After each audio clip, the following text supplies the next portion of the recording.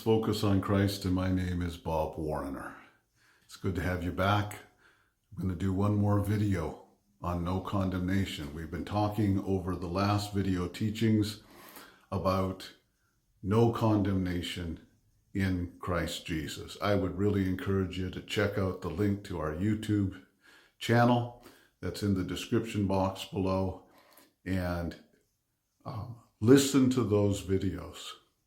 I'm not going to review them right now, but there is no condemnation regarding our past, in our present, or regarding our future.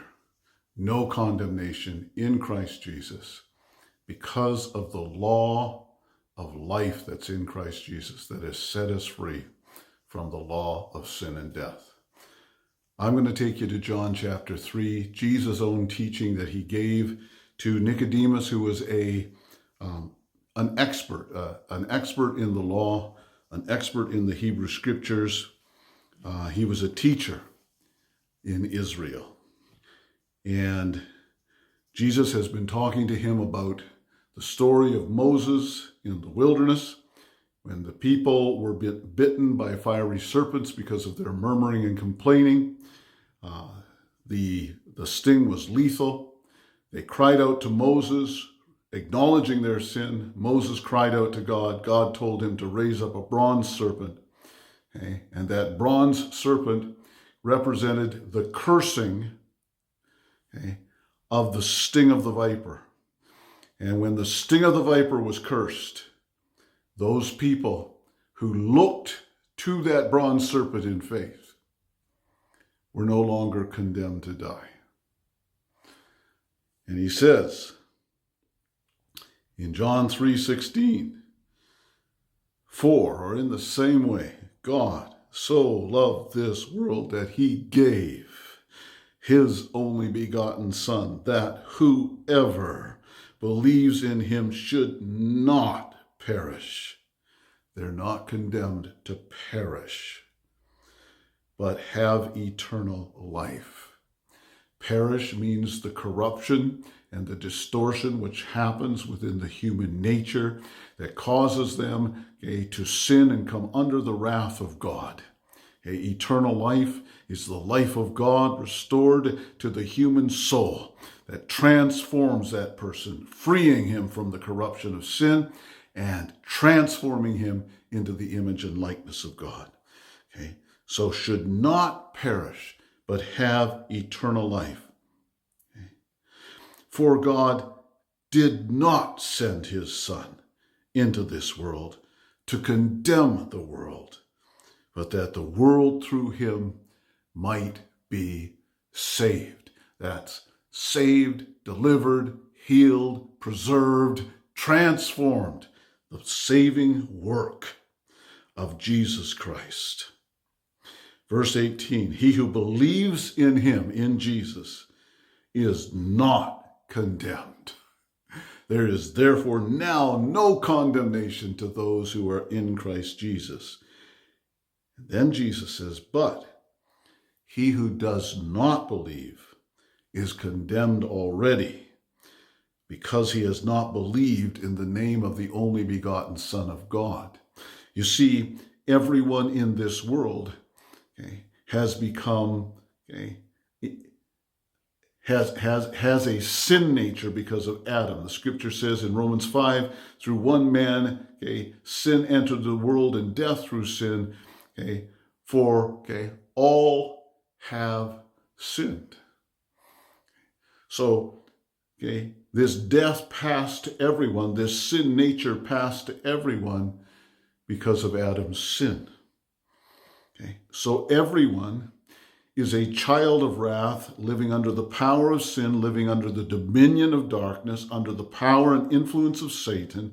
Everyone is a child of wrath, and they are condemned to live as sin's slave and face God's judgment outside of Christ. Now, they're not condemned because they're a sinner. That's what Jesus is teaching here. They're condemned because God has brought salvation and they have refused to believe in him. The condemnation is that Jesus was sent as God's love gift to bring salvation, and they have refused to believe on him. That's why they remain condemned. Verse 19, and this is the condemnation. This is why they remain condemned. Because light has come into the world, and men love darkness rather than light, because their deeds were evil. So understand that. The reason why they're condemned is because the light has come into the world to reveal God's salvation. But in that revelation, it reveals that they are sinners in need of God's salvation and in need of the transforming power of his life. But they want to suppress that truth. They do not want their hearts to feel that conviction.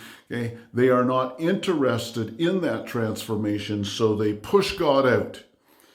Okay? And because they push God out, okay, they are condemned already. Okay? And so what condemns them is the refusal to allow the light, okay, of the gospel to penetrate them. Verse 20, for everyone who practices evil hates the light. He does not come to the light, lest his deeds should be exposed. Verse 21, but he who does the truth, this is a person who is a lover of the truth, who wants to know the truth about God, who wants to honor God as God, who accepts God as his creator and the one who has designed and determined the purpose for his life. That person wants to know the truth. They come to the truth, and what they want to see is the way I'm living. It says that his deeds might be clearly seen that they have been done in God. Is the way I'm living the way God created me to live? Okay. That person who comes to the light receives the salvation of God. This is the incredible thing. I want to talk in our next video from 1 John just about this relationship with God and this understanding of his light.